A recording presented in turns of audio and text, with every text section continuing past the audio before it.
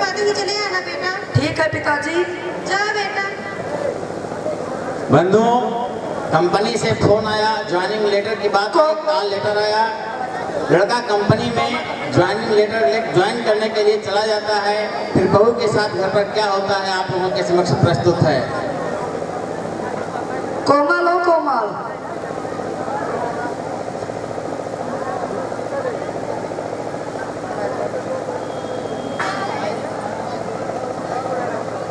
क्या है?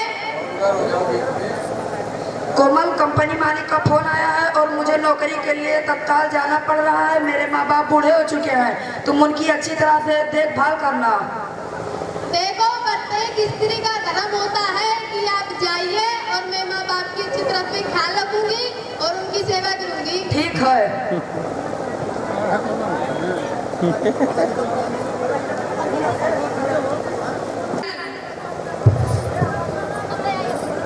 हेलो। प्रणाम माँ जी।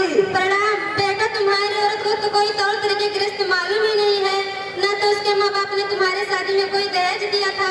यदि उसको घर से निकाल दिया जाए और दूसरी शादी करना हो तो हमें ढेर सारा दहेज मिलेगा, जिससे हम माला माल हो जाएंगे। माँ निकाल दो उसे घर से और कहा दो कि 10 लाख रुपए दहेज में लेकर तब मेरे घर आना। जा 10 लाख रुपए दहेज में लेकर तब आना।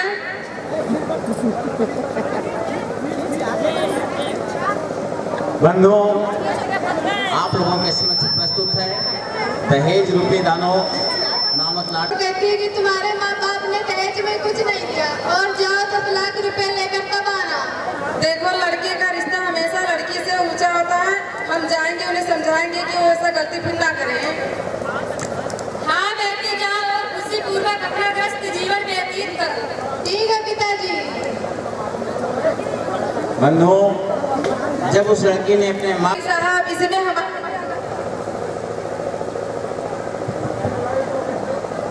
भाई साहब, इसमें हमारी क्या गलती है? हम गरीब लोग अपनी लड़की का शादी आपके यहाँ करते हैं तो हम गरीब लड़कियों को दहेज के लिए क्यों प्रताड़ित किया जाता है? नहीं भाई साहब, ऐसी कोई बात नहीं है। कोमल को एक गृहस्थ जीवन व्यतीत करने का अधिकार है। बाबूजी, सास हमारी हमेशा बुराई करती है और कहती है कि तुम्हारी सास हमेशा सास करते हैं बात में टिका टिप्पणी करती है और कहती है कि तुम्हारे माँ बाप ने दहेज में कुछ नहीं दिया। नहीं भाई साहब, ऐसी कोई बात नहीं है। अब बेटे, तुम अपना जीवन यहाँ खुशीपूर्वक व्यतीत कर सकती हो। नमस्कार भाई साहब, नमस्कार। इस प्रकार इस चुड़ैल का मुंह देखना मेरे लिए पाप का कार्य है, जिसके माँ बाप ने शादी में कुछ नहीं दिया था। ध्यान दो, जब तक तुम मेरे घर से नहीं चली जाती तब तक हम और हमारा लड़का तुम्हारे हाथ से पका हुआ खाना नहीं खाएंगे और न ही चैन की सांस लेंगे। जा 10 लाख रुपए दहेज में लेकर तब आना। मेरा यहाँ पर ये हाल है, अब मुझे संसार में रहना उचित नहीं है।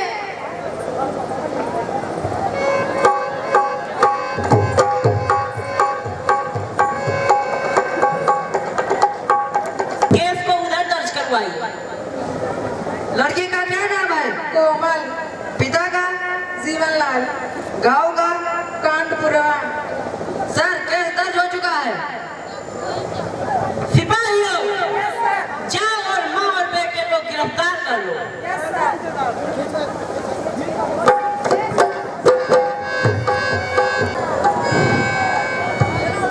लड़की के फांसी के जुर्म में आप लोगों को गिरफ्तार किया जाता है और कोतवाली पर चलिए।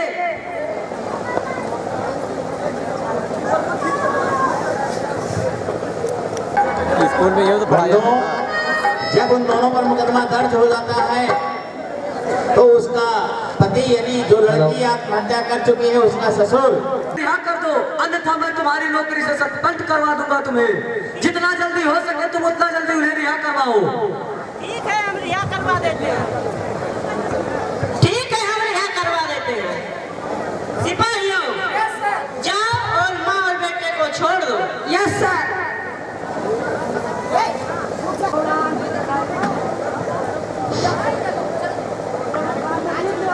साहब, इन अपराधियों को ना छोड़ा जाए। इन्होंने हमारी लड़की की हत्या की है और ऐसे लोगों को समाज में रहना उचित नहीं है।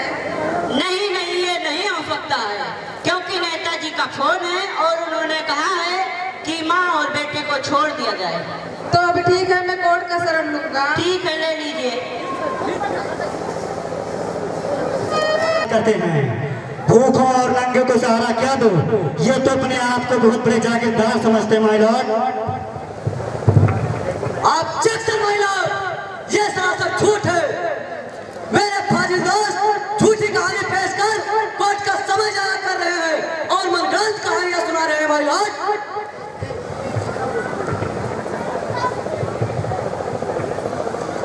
Order order order.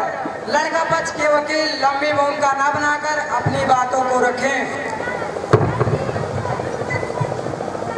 Your honour, कोमल का पिता पाई पाई का मुहताज था, कहीं इसकी बेटी की शादी नहीं हो रही थी। ऐसे क्षण में लड़के के पिता ने सहारा क्या दिया, उसने तरह तरह के षड्यंत्र रचना शुरू कर दिया।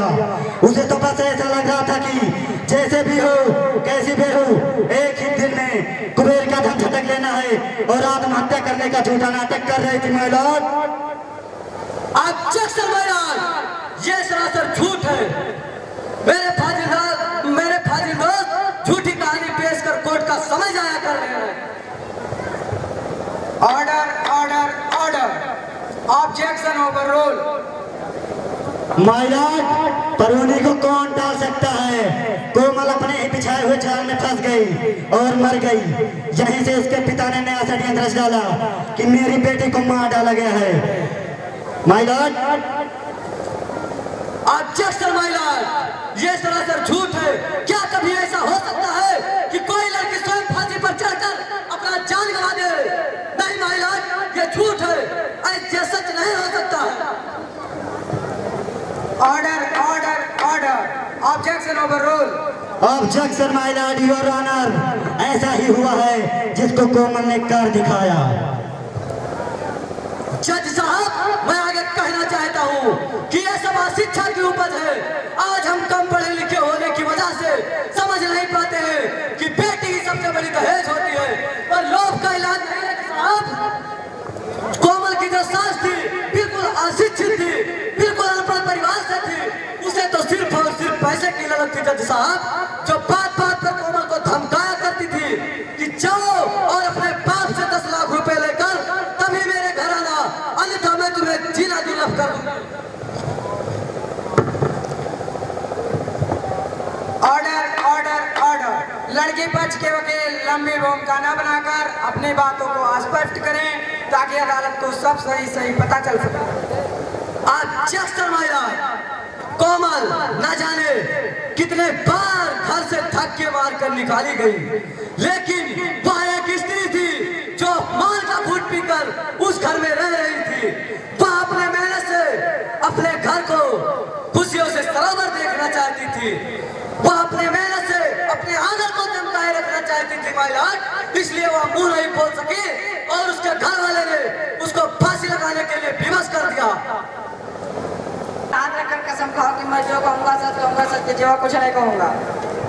मैं शपथ लेते हुए कहता हूँ, मैं अदालत में जो भी कहूँगा सच सच कहूँगा, सच के सिवा कुछ नहीं कहूँगा। तो आदर्श नारायण जी, आप कहाँ थे जब कोमल ने फांसी लगाई और इस मामले के संबंध में आप क्या जानते हैं? माई बाप कोमल बिटिया के घर पर अक्सर आना जंगल लगा रहता है। कोमल बिटिया बहुत ही सीधी और सज्जन लड़की थी, पर इसकी सास पैसे की लोभी थी, जिसके लिए कोमल को अक्सर मारती पीटती थी, जिससे तंग आकर कोमल बिटिया को अपना जान गंवाना पड़ा। आदर्श नारायण जी, आप कहाँ रहते हैं? मैं इनके पड़ोस में रहता हूँ। आप घटना के वक्त कहाँ थे? मालाड, एक दिन शाम के समय कोमल के घर से जोर जोर से चीखने की आवाज सुनाई आ रही थी। इनके घर का गेट बंद था। मैं बाउंड्री से कूद गया तो अंदर देखा कि कोमल का पति और उसके साथ दोनों मिलकर बेरहमी से पीट रहे थे और उसे जबरदस्ती से फांसी पर लटका रहे थे और कुछ ही क्षण बाद पता चला कि कोमल की मौत हो गई। Point should be noted, my lord. ये अमीर आदमी हम गरीबों के साथ आए दिन ऐसा बर्ताव करते हैं।